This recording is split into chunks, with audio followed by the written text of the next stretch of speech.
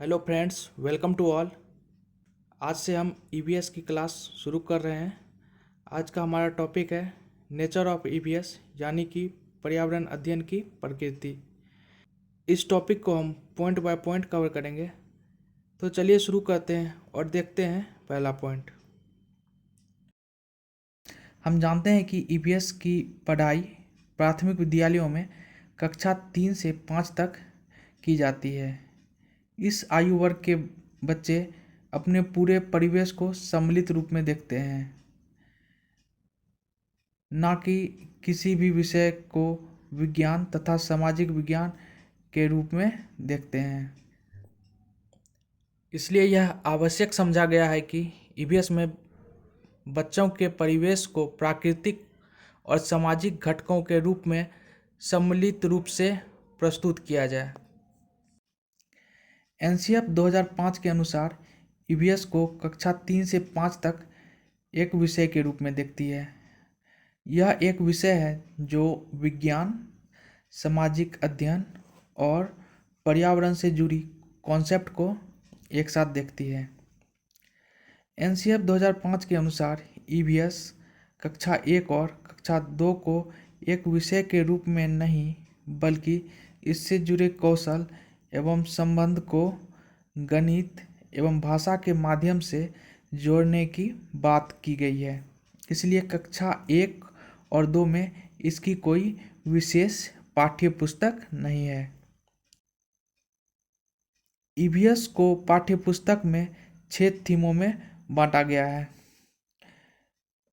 परिवार एवं मित्र, जो कि एक थीम है जिसकी 4 उप थीमें हैं, जो कि क्रमशः रिश्ते, काम और खेल, पशु और पौधे। बाकी जो थीम है वो है भोजन, पानी, आवास, यात्रा और चीज़ें हम कैसे बनाते हैं।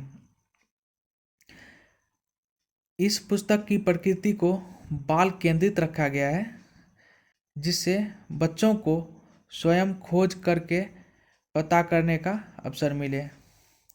इस पुस्तक में यह प्रयास किया गया है कि रटने की प्रवृत्ति कम हो, इसलिए परिभाषाएं, वर्णन इत्यादि को महत्वपूर्ण स्थान नहीं दिया गया है।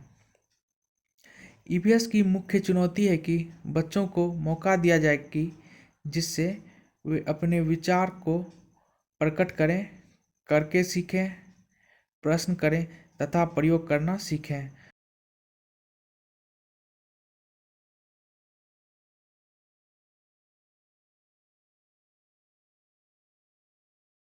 बच्चों को किताबों से लगाव बढ़ाने के लिए पाठों में किस्से, कहानियाँ, संवाद, कविताएं, पहेलियाँ, नाटक इत्यादि को जोड़ा गया है। बच्चों को संवेदनशील बनाने के लिए किस्से, कहानियों का इस्तेमाल महत्वपूर्ण माना गया है, क्योंकि बच्चे कहानी के पात्र से स्वयं को आसानी से जोड़ लेते हैं। पुस्तकों में बच्चों की आम बोलचाल की भाषा का प्रयोग किया गया है, जिससे उन्हें समझने में आसानी हो, ना कि औपचारिक भाषाओं का। सीखने के लिए पुस्तक ही एकमात्र साधन नहीं है, इसलिए बच्चों को ज्ञान के लिए अन्य स्रोतों जैसे परिवार के सदस्य, समुदाय के लोग, समाचार पत्र इत्यादि की भी मदद ले सकते हैं। इस आयु वर्ग के पुस्तकों में चित्र का महत्वपूर्ण स्थान होता है, क्योंकि बच्चे चित्रों के प्रति आकर्षित होते हैं। पाठ में प्रश्न एवं क्रियाकलापों का उद्देश्य मात्र सूचना एवं जानकारी को जांचना नहीं है, बल्कि बच्चों को अपने विचारों को प्रकट करने का अवसर देना है। उन्हें प्रश्नों तथा क्रियाकलापों को पूरा करने के लिए पूरा समय दिया जाना चाहिए, क्योंकि हर बच्चा अपनी गति से सीखता है। बच्चों के कौशलों का मूल्यांकन उनके द्वारा कक्षा एवं कक्षा के बाहर की गई क्रियाकलापों के अनुरूप होना चाहिए। मूल्यांकन एक कंटिन्यूअस प्रक्रिया है, अतः विभिन्न प्रकार से जैसे अवलोकन करना, प्रश्न पूछना, चित्रकारी, समूह में चर्चा करना आदि के दौरान भी मूल्यांकन होना जरूरी है। प्रश्न के उत्तर को केवल मात्र सही या गलत के रूप में नहीं आंकना चाहिए, बल्कि उनके समझ को जानना जरूरी है। बच्चों का पहला स्कूल उनका परिवार है, क्योंकि बच्चे अपने परिवार से ही सर्वप्रथम सीखना शुरू करते हैं। हमें ऐसा माहौल बनाना जरूरी है जहां बच्चे अपनी बातों को बेझिझक कह सकें।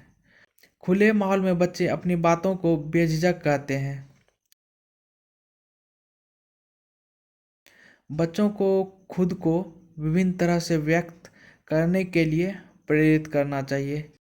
इससे उनमें क्रिएटिविटी का विकास होगा।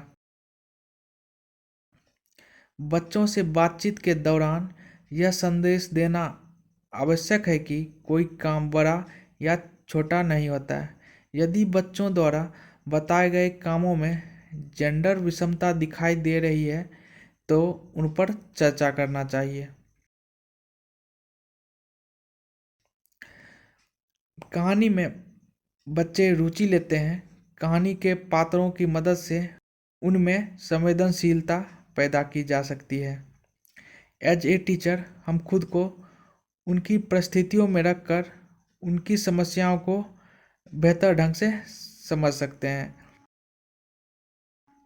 रूढ़िबद्ध धारणाओं एवं लैंगिक भेदभाव पर संवेदनशीलता से चर्चा होना चाहिए, ताकि बच्चे सवाल तो कर सके लेकिन किन्हीं के भावनाओं को ठेस न पहुंच पाए।